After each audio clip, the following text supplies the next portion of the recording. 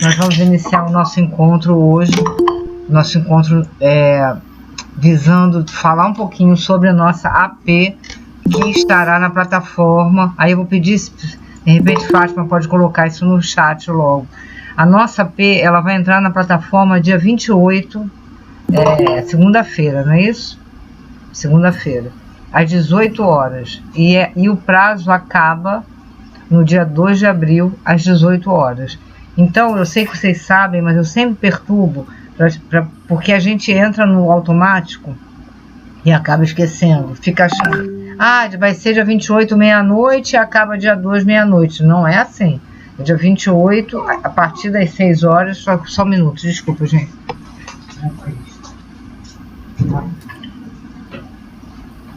O cachorro, desculpa. Então, dia 28, a partir das 18 horas, e no dia 2, às 18 horas, encerra. Então, vamos trabalhar isso bem pra gente colocar na geladeira, fazer que nem eu que tô velha, coloco na geladeira, anoto um monte de coisa para não esquecer.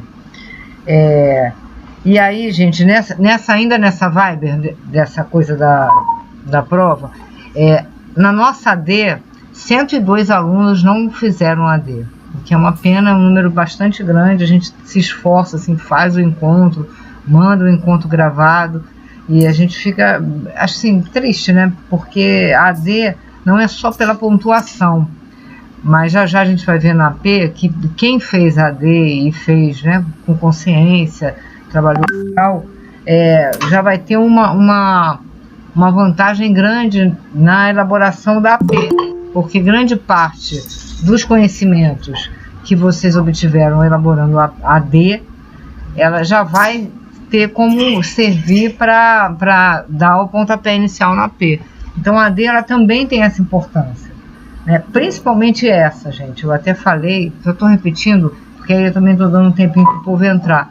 Principalmente essa AD que foi muito centrada nos materiais, foi uma AD que Fábio, Lúcia, Andréia, Rosane, que estão aí, sabem que foi uma AD mais tradicional, digamos assim, do que as ADs anteriores, que eram as ADs onde vocês liam textos de fora da plataforma, iam para outros lugares. Enfim, então, para quem não fez, temos aí a AP, a D2, a P2 e a outra P. Para quem fez a D, tem participação especial aqui do cachorro.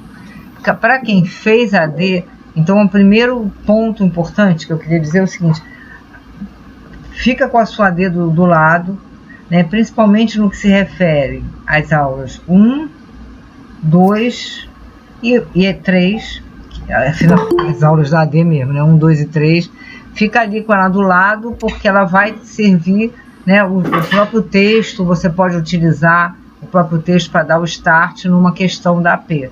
Então pega a sua AD, retoma. Eu falei isso outra vez, reafirmo, a gente não faz AD e entrega assim como acabou. Essa semana eu fiquei até super feliz, o Fábio, não sei se o Fábio vai lembrar, porque ela é da Rocinha, Joana Lacaz, ela tem um sobrenome assim, ela foi de 2020, Lacaz, ou enfim, Joana da Rocinha, ela está fazendo Lembro sim. Pois é, ela tem, e ela é uma graça, ela está fazendo uma monografia sobre gestão, trabalhando com gestão democrática, e eu vou falar porque eu estou falando isso, e eu estou orientando. Nós tivemos a primeira reunião ontem, nós duas. Ela já está ela é muito boa, na verdade está com quase tudo pronto. Mas enfim, aí teve uma parte que a gente estava discutindo sobre a questão da família, e ela falou: olha, parte do que eu escrevi aqui, eu escrevi lá na AD que nós fizemos. Aí eu lembrei que foi uma AD que a gente discutiu a questão da participação da mulher, da família, no conselho. Então ela resgatou o que ela escreveu, que é dela, é por isso que eu estou citando isso aqui agora, né? O que você escreve é propriedade sua, né? É seu. Então ela resgatou uma ideia que ela sistematizou na AD de 2020 para o projeto de monografia dela. Então é bem interessante, eu fiquei super feliz, ela falou assim. Então a gente tem que ter esse espírito mesmo de tá fazendo, não para entregar, porque aí só mais um parênteses aqui, antes do conteúdo. nós tivemos poucos, diante dos 150 que entregaram, praticamente, foram poucos casos de rascunho. Fátima me corrija aqui, que eu acho que foram 4, e 2 casos de envio de arquivo errado, o que também é pouco.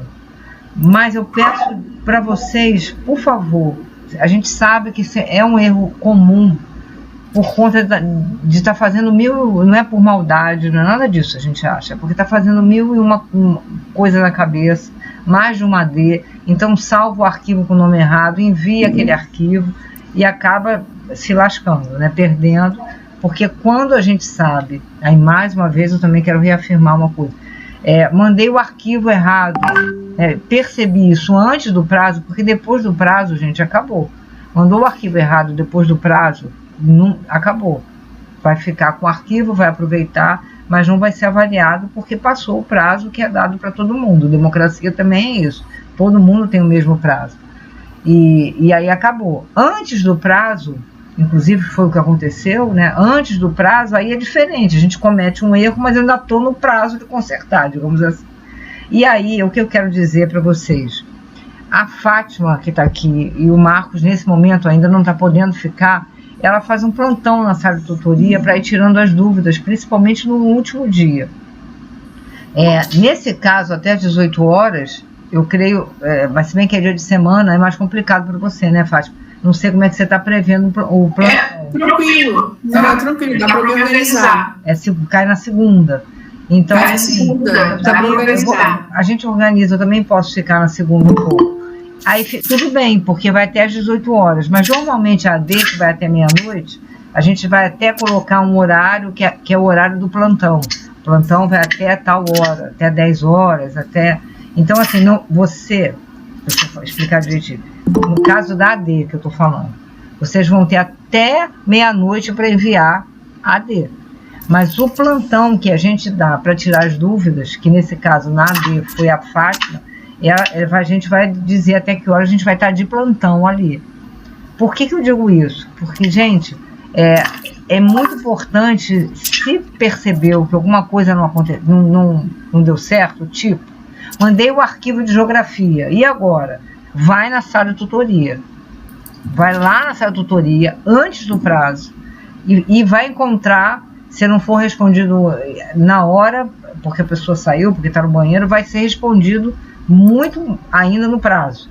Então, essa orientação eu estou falando porque a gente manda um e-mail para todo mundo. Vai na sala de tutoria e relata ali o seu problema. Não é para deixar para a última hora, não é, a gente sabe isso tudo, mas se acontecer na última hora, não fica perdido tentando falar com o tutor, tutor presencial. Vai na sala de tutoria e coloca ali qual é a sua questão, principalmente se for uma questão referente à questão do arquivo trocado, porque a gente sabe que uma vez que você mandou, você não vai poder reenviar o outro, você tem que ter um outro caminho. Ficou claro isso, gente? Então vou repetir duas coisas ao latido. É que a nossa AD não vai estar na plataforma hoje, mas só a partir do dia 28 às 18 horas. E o prazo final é no dia 2 de abril às 18 horas também. Então é isso. Mais alguma coisa, Fátima? Marcos? Não. Tutores presenciais? Não? Gente, então, não. O que vai acontecer agora? Pode? Quem está falando? Patrícia. Patrícia, diga. A senhora falou que a gente tem que ter a D do nosso lado para poder realizar a T, porque ela vai ser base. Quando que as notas estão previstas para sair, para a gente saber se vamos poder usar mesmo, se a gente for bem, né? Isso é importante. Deixa eu te dizer, eles não mandaram para mim uma alteração de prazo, contudo, vocês tiveram aquele prazo ampliado para até o dia 20. Então, eu creio, sei lá... No mais tardar até sábado e domingo eu mando as notas. Então, aí que eu vou pedir... Mas olha só, Patrícia, me ouve aqui, Patrícia, deixa eu dizer. Aí eu vou pedir que vocês entrem em contato com o tutor presencial, porque a gente tinha um prazo para entregar as notas. Contudo, o prazo da AD ele foi ampliado 1 semana. Então, na verdade, do prazo que nós tínhamos, que eu não me lembro, se algum tutor aqui tiver na cabeça, no prazo que nós tínhamos para entregar as notas, nós ganhamos 1 semana, por assim dizer. Não é que o tutor vá, então eu só vou... Pode ser, aí é um caso de conversar com cada tutor, porque tem um tutor que tem a facilidade de entregar mais rápido. Tem polo que teve polo com 4 avaliações, outro polo com 14. Então, o polo com 4 e o polo com 14 são trabalhos diferenciados. Então, Patrícia, o que eu posso dizer, eu tenho certeza, eu posso até falar por todos, que todos os tutores vão tentar entregar as ADs corrigidas antes do dia 28. Contudo, a gente tem que lembrar que teve ampliação, quer dizer, vários alunos entregaram no dia 20. Então, assim, a gente vai... O que eu aconselho diante disso? Fale com o tutor da sua disciplina, seu tutor, para saber como é o caso do seu polo. 2,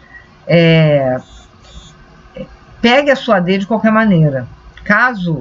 Porque você também não vai fazer AP em um dia, eu imagino. Então, começa a fazer AP com a sua AD de qualquer maneira ali, em cima do que você trabalhou. Uma outra opção é que nós temos questões na AP que trabalham a aula 4 e a aula 5. A aula 4 e a aula 5 não estavam na AD. Então, são aulas... Então, ainda respondendo a Patrícia, mas deixa eu voltar um pouquinho aqui. A AP, ela tem como conteúdo as aulas 1, 2, 3, 4, 5. Então, são essas 5 aulas. Na AD, vocês trabalharam as 3 primeiras aulas. Faltam a aula 4 e a aula 5. Então, o que eu sugiro a partir do dia 28? Caso no seu polo a nota ainda não esteja disponível para você da AD, começa a trabalhar as questões que envolvam as aulas 4 e 5. Porque, de qualquer maneira, você não precisa da AD, exatamente. Entendeu? E aí, conversa com o tutor do seu polo, e eu tenho certeza que todo mundo vai fazer o esforço para entregar a nota antes. Tá bom? Patrícia, sumiu. Tá bom assim? Fátima levantou a mão e o Tiago. Fala. Na verdade, a opção mais ágil e assertiva é nesta semana os alunos participarem da tutoria presencial, entende? Esse é o melhor momento, independente da nota, né? Assim, da correção efetivamente, que é importante, ninguém está tirando seu valor, mas o mais importante é o reencontro com os tutores nesta próxima semana. E aí eu acho que se garante bem, a título de um gabarito, vamos pensar assim, da AD, né? Porque é essa conversa com o tutor, né? Então, eu acho que isso é importante. Muito bom, muito bom. Tiago, diga lá. Oi, Simone, então é só para complementar essa fala da Fátima. A tutoria presencial é importantíssima, né, onde a gente consegue discutir todo o conteúdo e, como você falou, a questão de correção varia muito de cada tutor, porque existe aquele tutor que só tem uma disciplina e existe aquele que tem 4 disciplinas para corrigir. Né? E aí a gente precisa reorganizar, já que todas as disciplinas tiveram prazo estendido. Também tem isso. Né? Então não dá para a gente garantir a correção até dia 28 exatamente. Tem isso também, que o Thiago lembrou bem, não foi só a disciplina de gestão, né? Todas as disciplinas tiveram prazo ampliado, quer dizer, jogou tudo para cá. Gente, eu acho que foi a Eunice que perguntou se a AP vai ser tão sofrível como foi a AD. Olha, a nossa AD foi fácil. Eu considero a nossa AD, porque achei que, assim, a AD foi tranquila. Eu achei, tô até um pouco espantada aqui com a colocação da Eunice. Por que foi tranquila? Porque ela estava bem basicona ali, em cima dos conceitos que estavam nas aulas. Então, a AP vai ser bem pior do que a AD, com certeza. Então, nesse sentido. Mas, por um outro sentido, ela também tem a sua graça, tem a sua diferença. Então, vamos lá para a AP para a gente... Então, eu não vou falar exatamente o que está na AP, porque a AP só vai estar disponível dia 28, mas eu vou falar um bocadinho dela. Então, a primeira diferença da AP para a AD, que já torna a AP um pouco mais, abre aspas, mais pesada, né? É que vocês vão, eu solicitei que vocês leiam 2 textos que já estão postados na plataforma, estão postados na aula 5. Então, são 2 textos. Por que esses 2 textos? Esses 2 textos que não são textos, não são longos e não são de difícil compreensão. São na verdade, artigos informativos que eu retirei de uma ONG que eu já usei aqui várias vezes, que chama-se CEMPEC, Centro de Educação e Pesquisa, não sei o que significa tudo. Mas então é uma ONG bem antiga, do final da década de 80, sempre participou, teve um financiamento inicial do Unibanco, Itaú, enfim, mas sempre participou da discussão da gestão democrática e foi indo. Então a gente vai utilizar 2 textos dessa ONG, para quê? Para trazer para a AP aquilo que eu conversei com vocês lá na nossa primeira aula, que era a questão do contexto. Né? A gente tem lá nosso material impresso, que já tem 10 anos, e a gente vai tentar contextualizar um pouquinho, através desses textos, o que esses conceitos, né, que estão desde a aula 1 à aula 5, também é que eles estão relacionados com as questões que estão acontecendo hoje na nossa área da educação, e aí fazendo referência à gestão. Então, do que esses 2 textos tratam? Um trata do ensino híbrido, então é basicamente é bem interessante, eu digo que é um artigo porque eu não sei como é que a gente chama é como se fosse uma coisa de blog, é um artigo, né? Então, fala da proposta do Conselho Nacional, que está no Conselho Nacional de Educação, sobre o ensino híbrido, e aí levanta diversas considerações sobre esse ensino. Tanto, se eu não me engano, é a Sueli, que é a conselheira, que é citada várias vezes, e educadores, então, vão fazer um debate sobre esse ensino, sobre essa proposta de ensino híbrido. Então, esse é o nosso primeiro texto. E aí, então, traz para a gente, porque o que acontece, vocês vão ler lá, né? Pós-pandemia, a questão do ensino híbrido, ligada à questão da conectividade, passou a ser uma questão muito discutida, né? E no sentido de formulação de possíveis políticas públicas que possam atender a essa demanda. Então, o ensino híbrido ele ficou muito ligado à questão do ensino não presencial, digamos assim.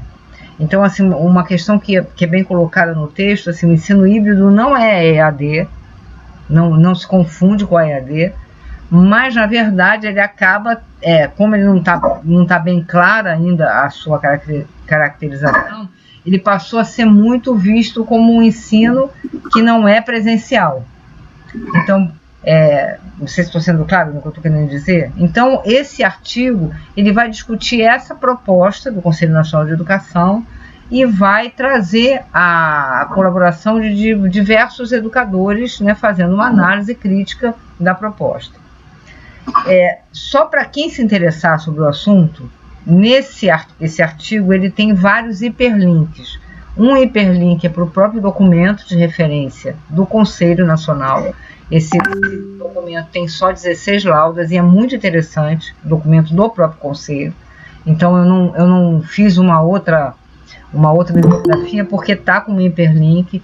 E um outro hiperlink que é muito interessante é que ele vai falar que 4 educadores da USP fizeram uma análise sobre o documento do Conselho Nacional. E também tem um hiperlink para essa análise. É um texto pequeno, eu fiquei até com vontade de colocar no nosso AP, mas assim, o texto ele é pequeno, ele tem 4 laudas só, que é a avaliação dos educadores sobre esse parecer. Então, deixa eu voltar para não confundir vocês.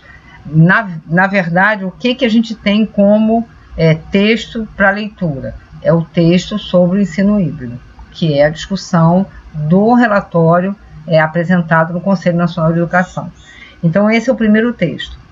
deixa eu falar dele, depois eu falo do segundo. Então, esse primeiro texto, ele vai orientar, peraí, deixa eu ver aqui, ele vai orientar a questão 1, logo da nossa P, está fora de ordem das aulas. A questão 1, a gente vai pegar logo a questão 4, a aula 4, perdão, que é a aula das políticas públicas.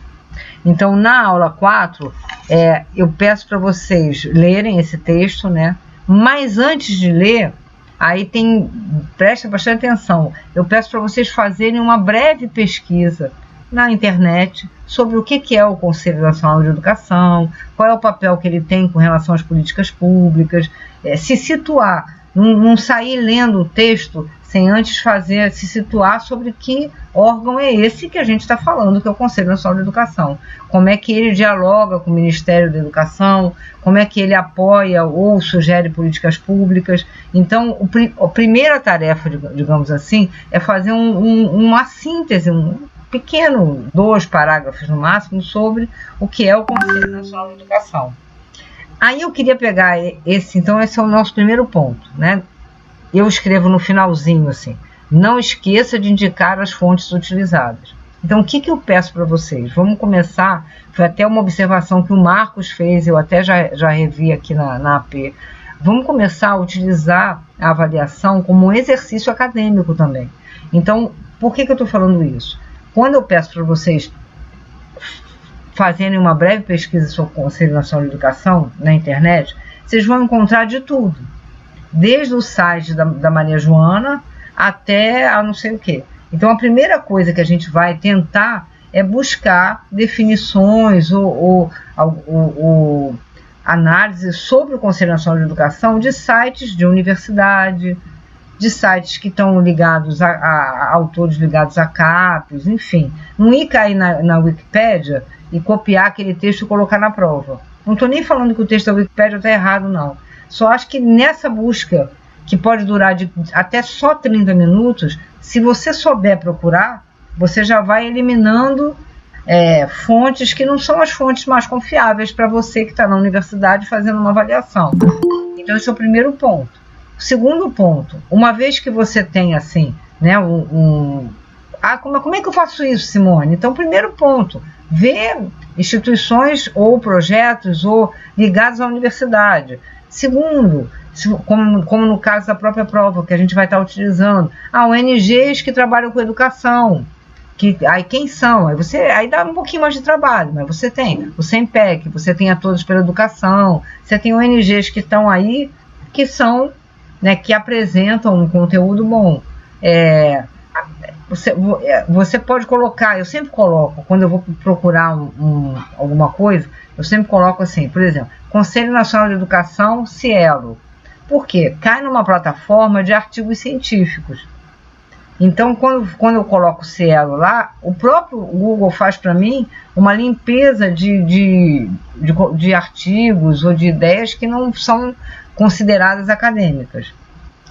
Estou falando isso, mas deixa eu dizer uma coisa importante. Não é para fazer uma pesquisa extensiva sobre o Conselho Nacional de Educação. Eu quero que vocês entendam o que é o Conselho. Pode fazer até quando ele foi criado lá na época do Getúlio, enfim, mas isso aí é o de menos. Eu quero que vocês entendam na estrutura qual é o papel que o Conselho Nacional de Educação tem. Então, apesar de eu estar falando isso do Cielo, etc. e tal, não é para escrever, não é para fazer uma pesquisa sobre o Conselho, é para se situar com relação ao Conselho Nacional de Educação. Então, eu sugiro 2 parágrafos, mata essa questão, dizendo o que é o Conselho, qual é o papel. Eu cheguei a dar aqui umas indicações, o que é o Conselho, qual é o seu papel na elaboração de políticas públicas educacionais. Eu quero isso. Tá claro, gente? Então, isso não está no texto. Isso está lá no texto do SEMPEC? Não. Isso não está no texto. Isso não está na plataforma. Isso está na pesquisa que eu estou pedindo para vocês fazerem. O que está no texto do SEMPEC? Aí vem a nossa segunda questão. No texto tem referência a um relatório do Conselho Nacional de Educação que tem como tema o ensino híbrido. É isso que vocês vão encontrar no texto que está lá na plataforma, na aula 5. E aí, vocês já sabem o que é o Conselho, já sabem por que eles estão propondo, e aí vocês vão ler o texto, e aí eu aponto alguns aspectos que eu gostaria que vocês retirassem desse texto. Aspectos relacionados à precarização do trabalho do professor, eles vão falar isso. Então, o que é a ideia? Não tem nenhuma questão sobre a aula 1, mas no texto do SEMPEC existem pontos que são abordados que apontam para a precarização do trabalho do professor. E aí que está a leitura que eu gostaria que vocês fizessem. Que pontos são esses, né? Em que medida o ensino híbrido, essa proposta, pode acarretar a precarização do trabalho do professor e da escola? Está lá. Isso é um ponto com a aula 1. Ou seja, por isso que eu falei da AD, até vocês já discutiram sobre isso. Então não tem uma questão sobre a aula 1. Mas o que eu espero que aquilo que a gente tenha visto na aula 1 sobre o trabalho do professor, vocês consigam identificar de que forma ele pode ser afetado com a proposição, com a proposição do ensino híbrido que está colocado ali no conselho. O papel dos gestores, aí tem assim, eu coloquei assim, gente, ó, falar sobre o papel dos gestores nos diferentes níveis, né, estadual, federal, municipal. Vocês não vão encontrar todos esses níveis no texto, não, mas vão encontrar assim, o papel da esfera federal nesse ensino híbrido, o papel.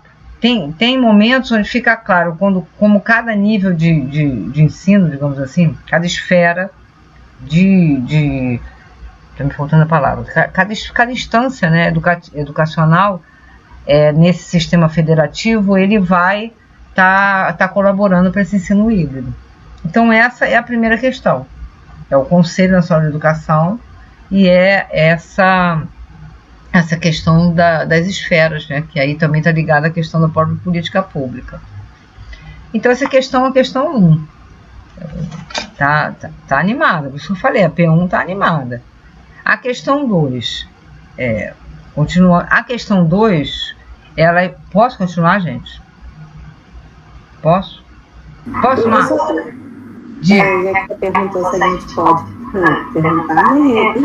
Na verdade, eu peço para colocar no chat, Patrícia, mas por enquanto, como você está falando, está dando, você pode falar, não tem problema não. Desculpa, eu não sabia. Não tem problema.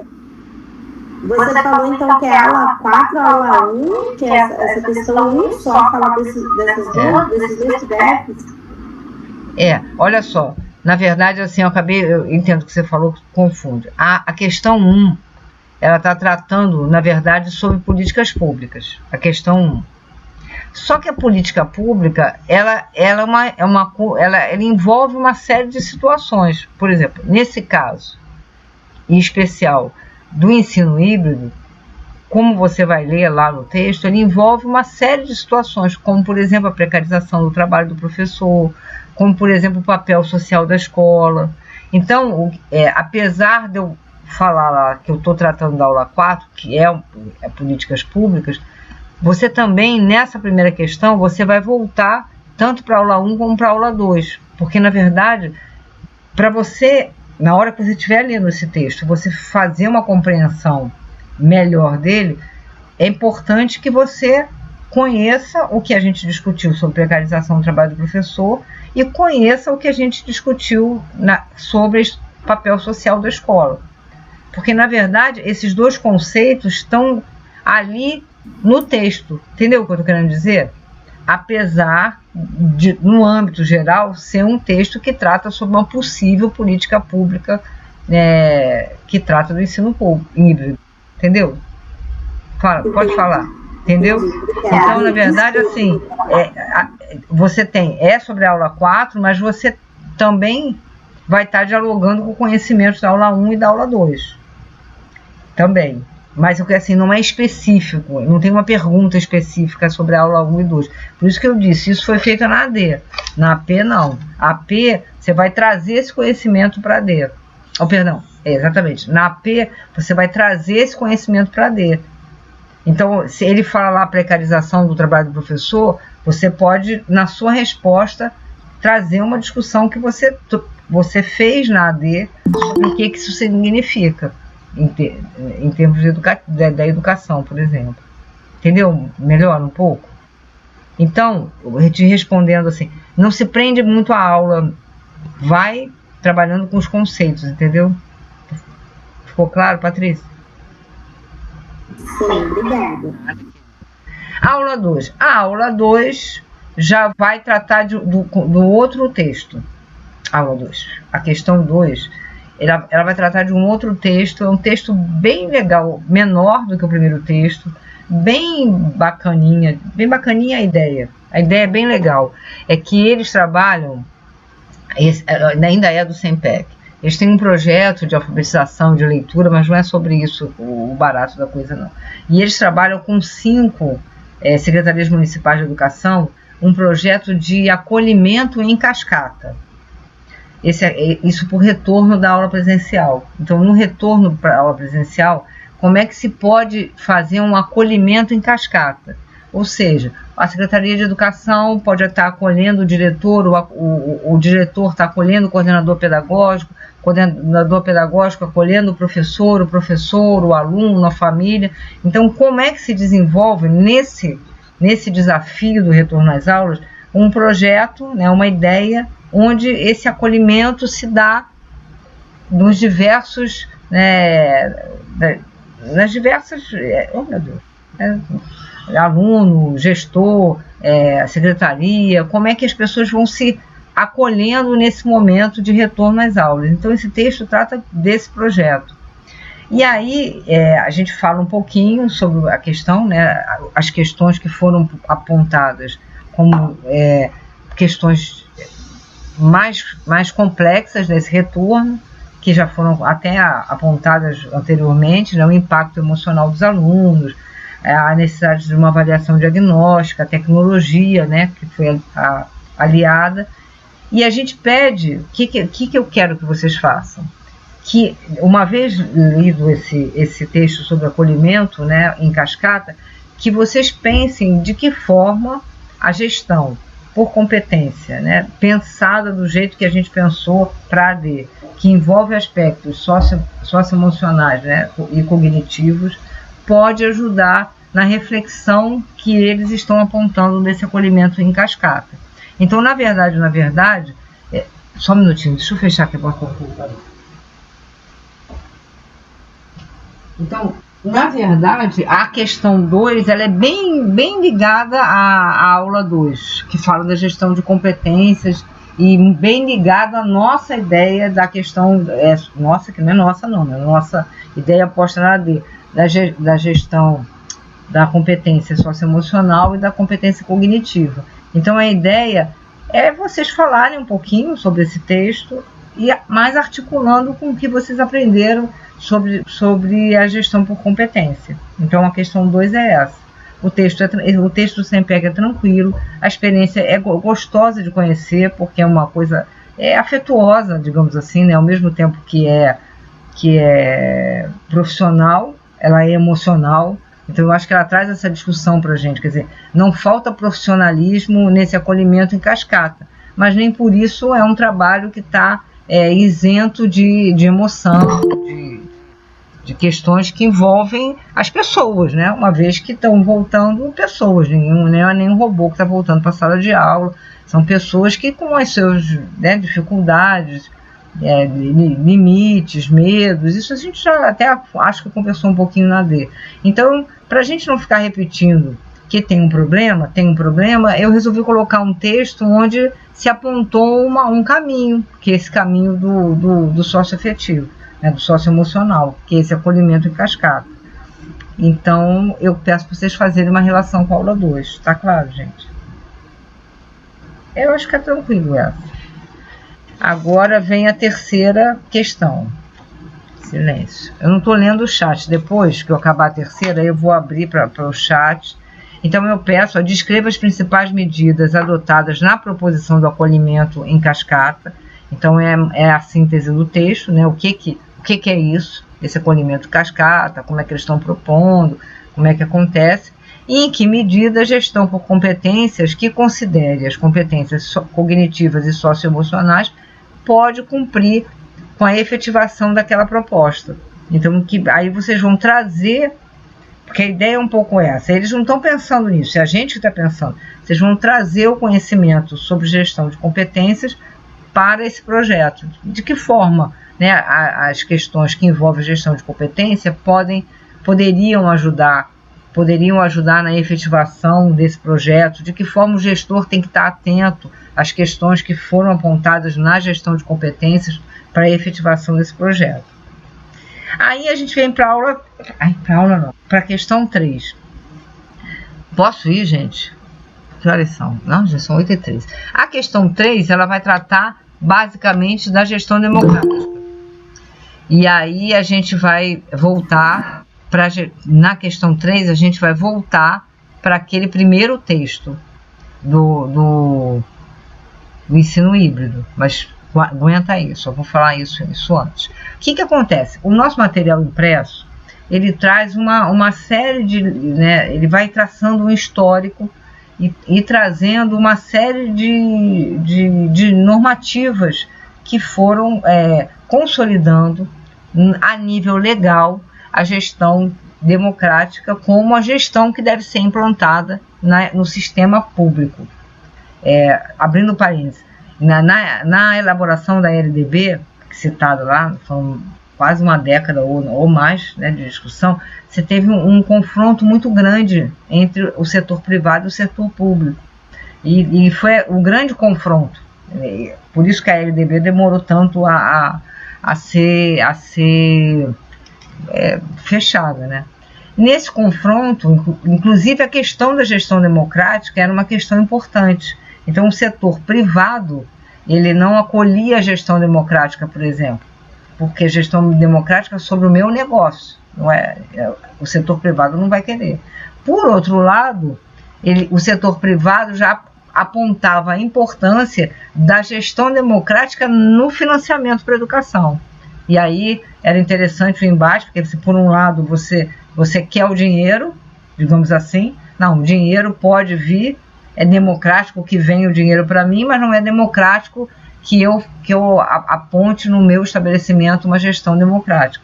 Então, no final das contas, lá na LDB ficou gestão democrática no sistema público, não no sistema particular. Não está na lei. Agora, no sistema público está na lei. E uma coisa interessante é assim, está na lei, mas toda vez que a gente fala em gestão democrática, a gente parece que a pessoa é assim, é uma pessoa, sei lá, que quer uma coisa que é uma coisa muito difícil, ela é uma utopia, é uma coisa que a professora Simone deve ser de esquerda, a professora Simone deve ser comunista, olha lá, falando de gestão democrática, quando na verdade a gestão democrática está na lei. É uma coisa muito surreal. A gestão democrática está na lei, e na lei de educação, e foi forjada desde a Constituição de 88. Então a gente tem a Constituição de 88, a gente tem o ECA de 90, que também foi importante na medida em que trouxe, né, para a visibilidade, né, da infância e da adolescência como sujeitos sociais. Você tem a LDB, né, que foi fechada em 96. Você tem o PNDE, o Plano Nacional de Educação 1, de 2004, se eu não me engano, e o Plano Nacional de Educação 2. Então você tem são pelo menos 5 normativas que reafirmam a gestão democrática como a gestão que deve ser implantada no sistema público de ensino. Ponto. Não tem discussão. Então não é nenhuma questão surreal, é uma questão que está lá na lei. Então a primeira questão da prova eu estou pedindo para vocês aprenderem isso. Eu quero que vocês aprendam o que está na lei. Então o que eu vou pedir? Utilize nosso material impresso, trace uma linha do tempo sobre a inserção do tema da gestão democrática na legislação brasileira. Isso é mole, eu dou a resposta aqui. 88 teve a Constituição, 90 teve o ECA, aqui a gente tem a LDB, aqui a gente tem o Plano Nacional de Educação, então vocês vão fazer isso. Mas o quê?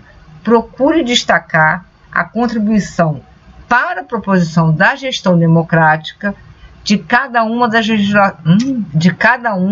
das legislações citadas no texto. Então, qual foi o papel da Constituição de 88?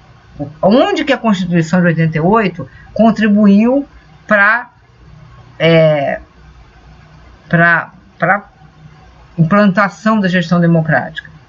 Então vocês vão ler. A Constituição de 88, ela teve esse papel. ECA, qual foi o papel do ECA? O ECA teve esse papel. LDB, qual foi o papel? Então vocês vão destacar. Depois de fazer a linha do tempo, é uma linha. Depois da linha do tempo, vocês vão perceber individualmente como cada uma dessas legislações contribuíram para que hoje a gente ainda tenha, né? Ainda, graças a Deus é ótimo, mas que a gente ainda tenha como a gestão participativa e democrática como a gestão de referência na nossa legislação no sistema de ensino. Foi? Então essa é a primeira questão. Então é isso, é pegar a aula 5 do material impresso e ver lá a legislação e tirar dali o conhecimento e aprender. Eu quero muito que vocês aprendam isso. Não quero que ninguém saia de gestão 1 achando que gestão democrática é coisa de maluco.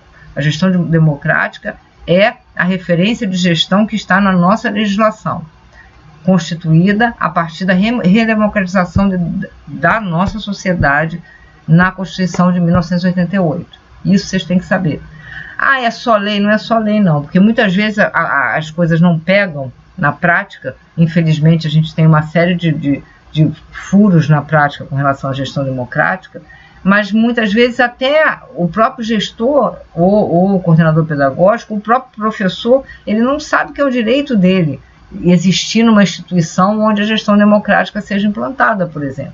É um direito. A gente tem direito e tem dever. Um direito do professor, um direito do aluno. O direito da participação é um direito que está garantido na lei. Então, isso é importante que a gente saiba. Então, é uma questão simples no seu fazer, digamos assim, não tem nenhuma dificuldade ir lá no material e escrever.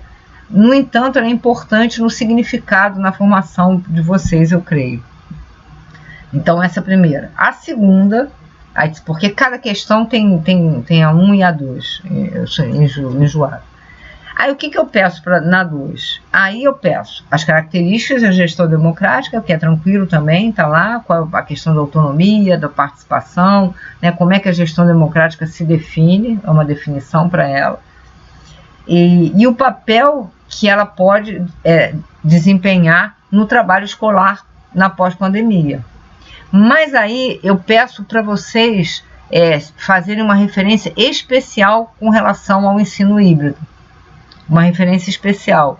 Então, por que eu estou falando isso? A gente volta lá para aquele primeiro texto, e nesse primeiro texto eu quero que vocês tenham uma reflexão, assim, bom, aí o ensino híbrido está colocado. Uma escola, ou a gestão democrática e participativa, como é que ela pode, né, contribuir para que esse ensino híbrido, na verdade, colabore para que não haja precarização do trabalho docente, para que ele possa ser, na verdade, implantado ou não, por exemplo, né? Uma escola que não tem conectividade, por exemplo, se ela olhar o ensino híbrido só como ensino no computador, ela não vai fazer nada. No entanto, se ela encontrar o ensino híbrido, isso é uma questão que eu acho que eles colocam lá, não sei onde eu li, mas eu creio que é nesse texto. O ensino híbrido ele pode ser pensado sem pensar em computador. Por exemplo, quando você pensa assim, eu vou visitar, não sei quem mora aqui no Rio, não deixe de ver a exposição que está acontecendo no centro da cidade, do Monet, não sei quem já viu aqui. É fenomenal, é uma exposição interativa, então você entra numa sala, então você, na verdade não são os quadros, né? Você tem as projeções dos quadros, é uma coisa de doido, lindo, lindo. Vem aí em abril a do, parece nada a ver, mas é que é importante, vem aí em abril a do Van Gogh, custa R$10, R$10 você vai ali na Casa França Brasil e você vai ter as obras do Van Gogh no seu pé, na sua cabeça, do lado, as crianças estão correndo, enfim. Por que eu lembrei disso? Porque, na verdade, ir ao museu é um ensino híbrido. Sair da sala de aula, né, e ir para o museu, até mesmo, se a gente pensar no dever de casa, a gente está pensando em outros espaços que não são o espaço e o tempo da sala de aula. Então, é muito isso que vocês vão encontrar no no texto número 1, muito dessa discussão. Mas escuta, o ensino híbrido não é só o ensino pelo computador, né? Não envolve só a conectividade. A conectividade é importante, ela é importante, mas a gente pode pensar o ensino híbrido de diversas formas, né? A ida a um teatro é um ensino híbrido, a ida a uma exposição, a ida a um parque, né? Desde que a escola trabalhe, né, pedagogicamente a ação que ela está propondo, não precisa ser na sala de aula. Então, eu peço para vocês retomarem essa discussão, tendo como foco, tendo como luz, digamos assim, né, como foco, como luz para iluminar vocês, a perspectiva da gestão democrática, ou seja, a participação, a autonomia, a elaboração coletiva, como é que esses aspectos que fazem parte da gestão democrática podem trazer, né, uma qualidade diferente para a discussão do ensino híbrido numa unidade escolar, por exemplo. E acabou o AP. Acabou. Tá bom. Tá bom? Tá bom para vocês aí? Acabou. Eu ia na AP2, eu acho que eu vou tratar, porque eu vi, deixa eu agora falar duas coisas para acabar mesmo. Eu vi todo o nosso chat lá, a Fátima gravou, eu vi inclusive que vocês viram na quinta-feira, e vi que vocês discutiram muito a questão do ensino domiciliar. Eu quase que eu coloquei essa questão, né, desse homeschool aqui na P1, mas eu achei que ela cabe melhor na P2. Então, possivelmente vai ser o nosso tema, o nosso ensino híbrido, abre aspas, que não é, né? O nosso tema, o foco para a P2 vai ser justamente essa questão da discussão que vocês colocaram muito nessa questão. Eu fiquei tentada de colocar nessa P, mas eu achei que não cabia nos temas, mas cabe no tema da P2. Só queria dar esse retorno, que pode parecer que eu não li, mas eu li a discussão que vocês colocaram lá e foi bem bacana. Mas eu guardei esse tema para a P2. Então a gente ficou com o ensino híbrido na P1. É isso. No chat aí, Dona Fátima, ou quem mais? Ô, Simone, Fala aqui. A gente tem várias colocações dos alunos muito preocupados com a extensão dessa AD. Entende? Tem várias colocações a isso. Mas olha só, não é... Desculpa, Fátima. É melhor do que parece. Eu falo mais do que vocês vão ter que escrever, com certeza. Não, eu não peguei assim... desculpa, Fátima, eu vou voltar para você assim. Quando eu pego um texto, que é um texto fora da plataforma, eu tento pegar... Tem até textos mais complexos lá. Na LDB mesmo tem um. Eu tento pegar um texto que é tranquilo de ler, que vocês podem pegar, não precisa ficar naquele fichamento louco, é de uma compreensão fácil. Então esses dois textos, por exemplo, eles não sei quantas páginas tem, mas também não são muitas, é de fácil compreensão. Eles trazem uma questão importante, no entanto, não são textos que vocês vão perder muito tempo lendo, ou sem entender, ou que vai ser difícil, porque tem aqueles textos que citam 1 milhão de autores, nada disso. É uma matéria, é como se fosse uma matéria de jornal, só que uma matéria de uma plataforma especializada em educação. Mas é isso, é esse nome que estava me faltando no início. Então, é isso. Então, com relação aos textos fora da plataforma, esses dois são muito tranquilos de leitura. E com relação à extensão, gente, eu não sei o que poderia mais. É uma P que vocês estão fazendo. O que mais que... uma coisa que é importante, não é para escrever um tratado sobre cada coisa, isso a gente também eu vou passar para a Fátima, talvez fosse falar isso. Assim, a gente não quer que vocês escrevam um tratado em cada questão, porque senão a gente nem corrige, não tem como corrigir. Então, assim, não é para escrever uma imensidão, né, uma página, uma lauda, não, eu deixei de colocar aqui, porque eu achava meio indelicado e às vezes assim, mas normalmente em cada questão a gente fala, escreva entre 10 a 15 linhas, que é o máximo também que torna possível o Marcos e a Fátima corrigirem também. Então, assim, o que é importante, mais do que se preocupar com a extensão da AP, é se preocupar se você está aprendendo a estudar direito. Porque, na verdade, assim, você tem que saber encontrar o teu foco ali. Na hora que você está ali no texto, por exemplo, se aqui na questão 1, pegar essa última questão, tá claro que na hora que você está lendo o texto, você vai ter, tá lá no texto, no nosso livrinho, eu vou marcar a legislação, Constituição, ECA, LDB, PN, e eu vou estar vendo que cada uma ofereceu aqui, pontuou sobre gestão democrática, tá lá no texto. Não é um trabalho hercúleo.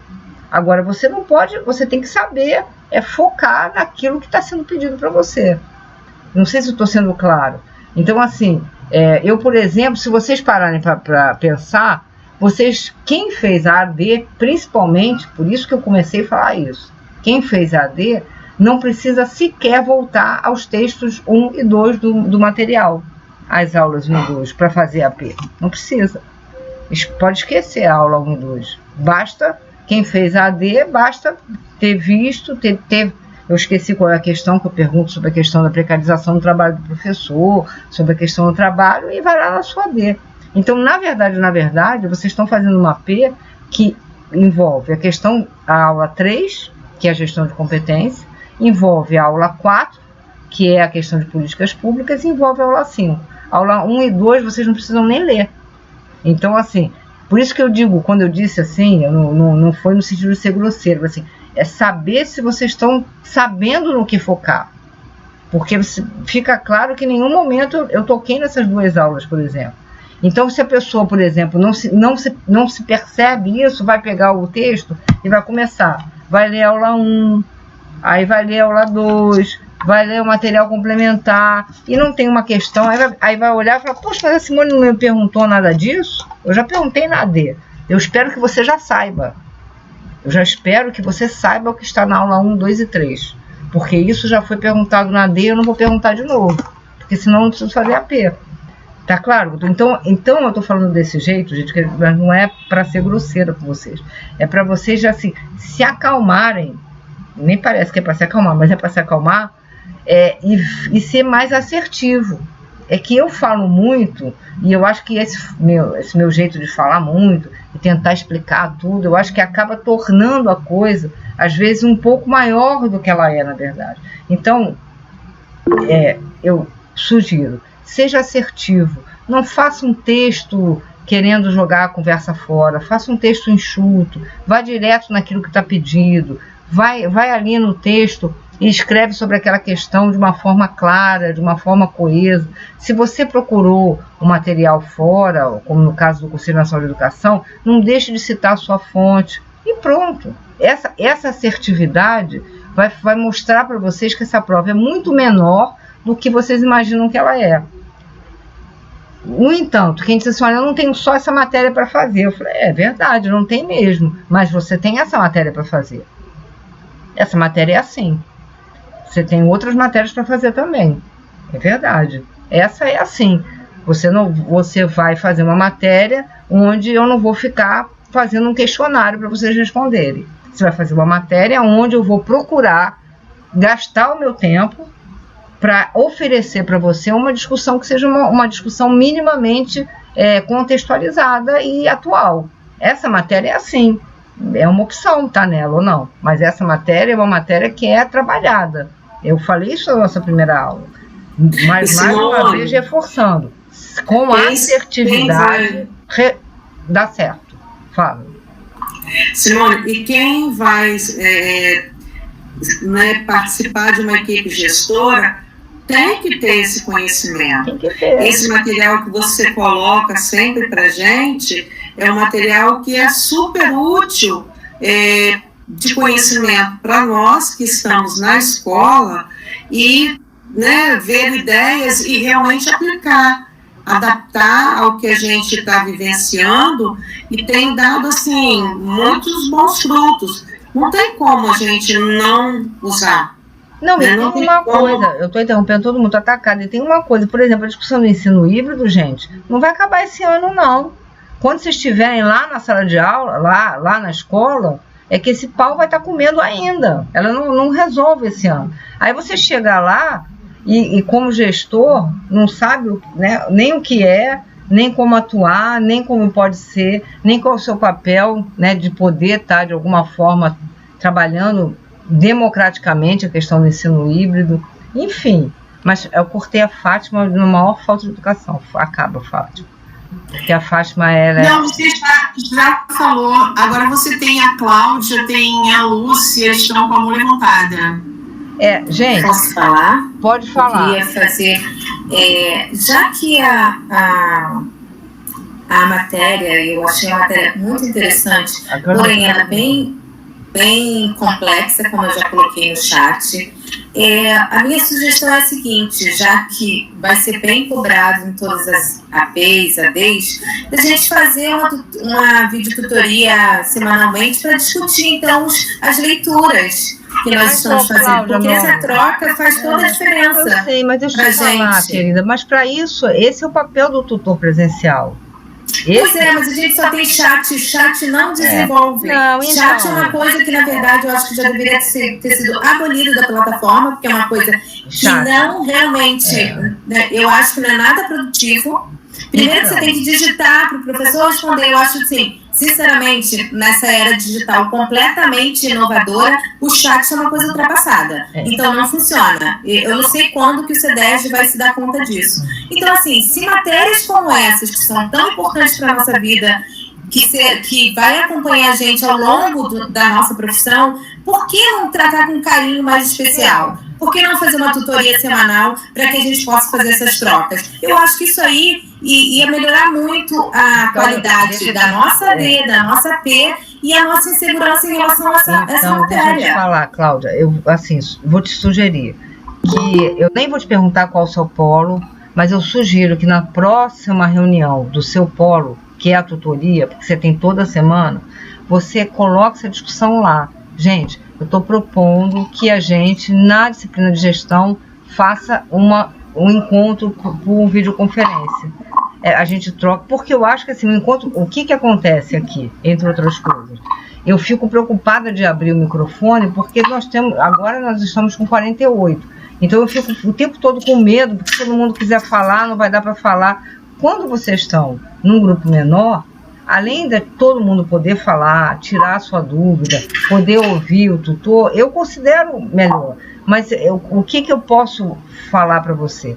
Essa é uma questão que você tem que discutir localmente. O que eu posso dizer para você? Nós aqui, nós e os tutores presenciais, podemos discutir entre nós a importância e a viabilidade de cada polo poder trabalhar com gestão através da videotutoria. Eu, particularmente, acho chato também. Eu acho chato. Eu não só acho chato participar, como eu acho que a pessoa que consegue organizar um chat, ela é muito boa. Eu dou parabéns aos tutores presenciais, porque eu, num chat, eu sou horrível. A pessoa começa a escrever e eu tenho que responder rápido e eu não consigo... Eu acho que Simone Fábio, eu não consigo dar conta de um chat.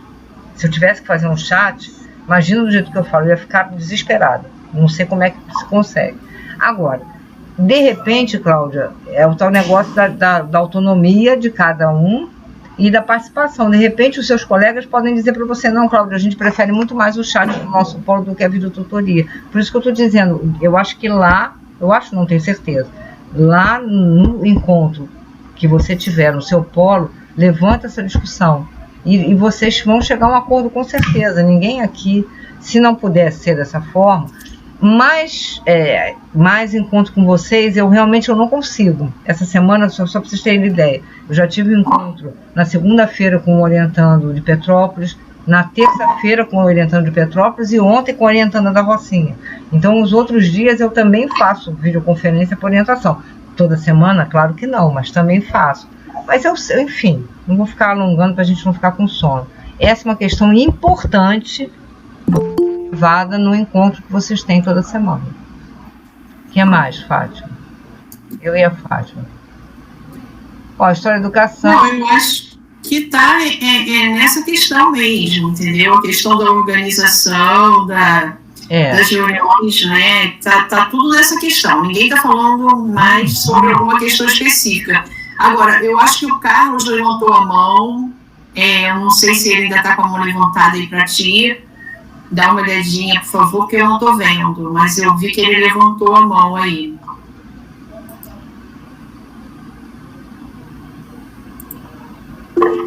Olha só, deixa eu responder uma da Paula antes do cara. Olha só, era para responder todas as questões em 10 linhas? Onde tinha essa informação descrita nas instruções? Não tinha não, Paula.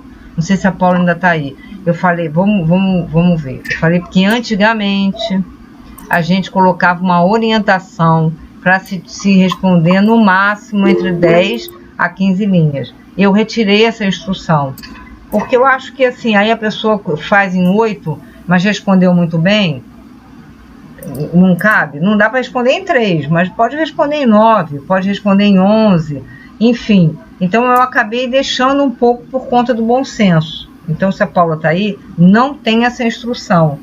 Só que como a gente tem esse espaço, eu estou indicando que fique por essas 10 linhas, que é um número razoável, onde você consegue expor uma ideia de forma razoável, assertiva. O que eu quero dizer com isso? A gente não está esperando que vocês façam um tratado em cada uma das questões. Não é isso. Eu não sei se a Paula está aí, mas eu queria responder isso para todo mundo. Ficou claro? Antigamente tinha, eu tirei para dar essa brecha de bom senso aí para vocês. Então, é só digamos assim, um referencial. É como a gente está fazendo ginástica, a gente vai fazer 30 abdominais, mas 30 é um número de referência, pode fazer 28, 29, 32, enfim, as 10 linhas é uma referência para vocês. Para vocês entenderem que no final das contas, a gente pode estar escrevendo nessa prova 10, 20, 30, 40, 50, 60 linhas no máximo. No máximo. A gente percebe que ela não é tão grande assim, né? Porque no máximo, se a minha referência são 10 linhas, então não fica assim uma coisa absurda. É para ajudar a gente a concretizar um pouco. Carlos, perdão. Carlos tá aí. Tem mais mãozinha? Eu tô dando uma olhada aqui no chat. E aí eu também tô pegando aqui.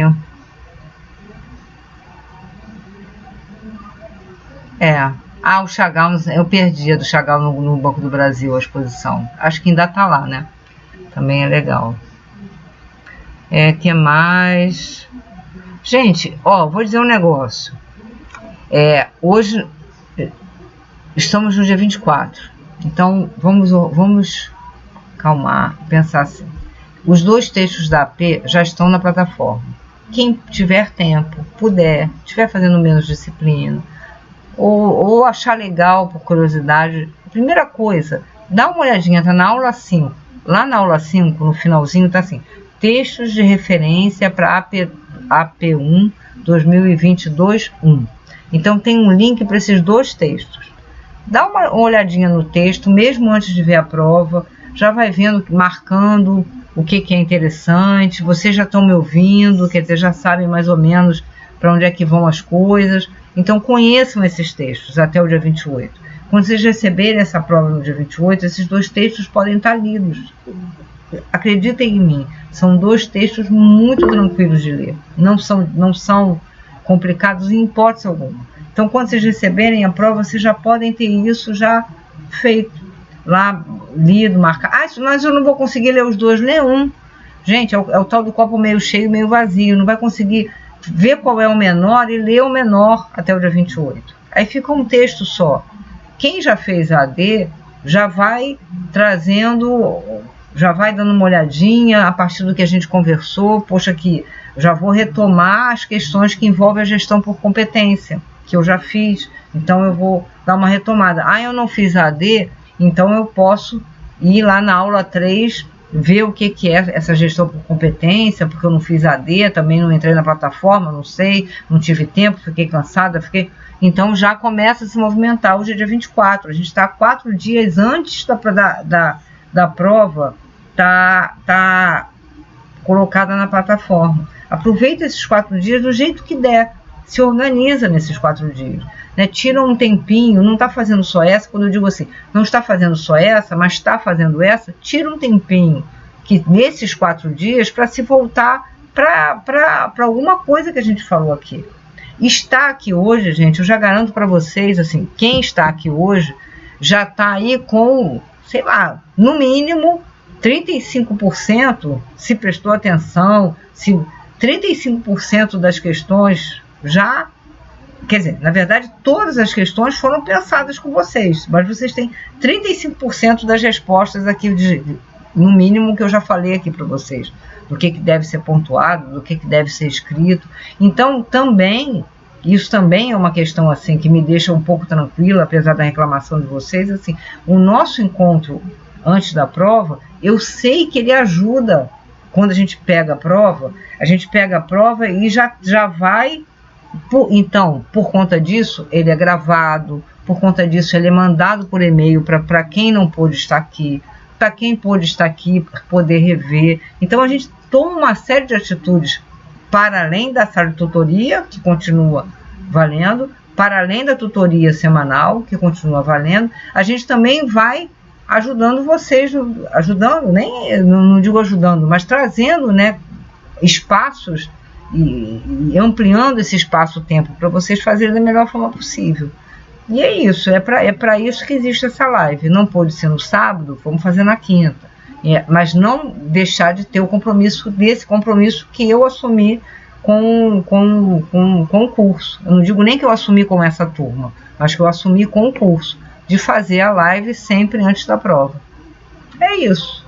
Então, vamos lá, bola para frente. Amanhã, ela já deve estar passando para a Fátima o link do YouTube. Então, amanhã ela já está disponível para todo mundo, inclusive para quem não esteve aqui. E vai dar certo. Tenho certeza que vai dar certo. Com relação às notas da AD, a gente falou no início, houve uma prorrogação do prazo, e aí o Tiago lembrou bem, de todas as ADs que iriam ser entregues no dia 13, esse prazo foi para o dia 20. Então, no mínimo, a gente teria aí uma semana para os tutores também se organizarem com relação à correção das notas. Mas as notas vão sair da forma mais rápida possível, né? É isso, gente. Obrigado, Thalita. Obrigado, gente. Obrigado aí, Fátima. Obrigado a todos pela participação. Desculpa.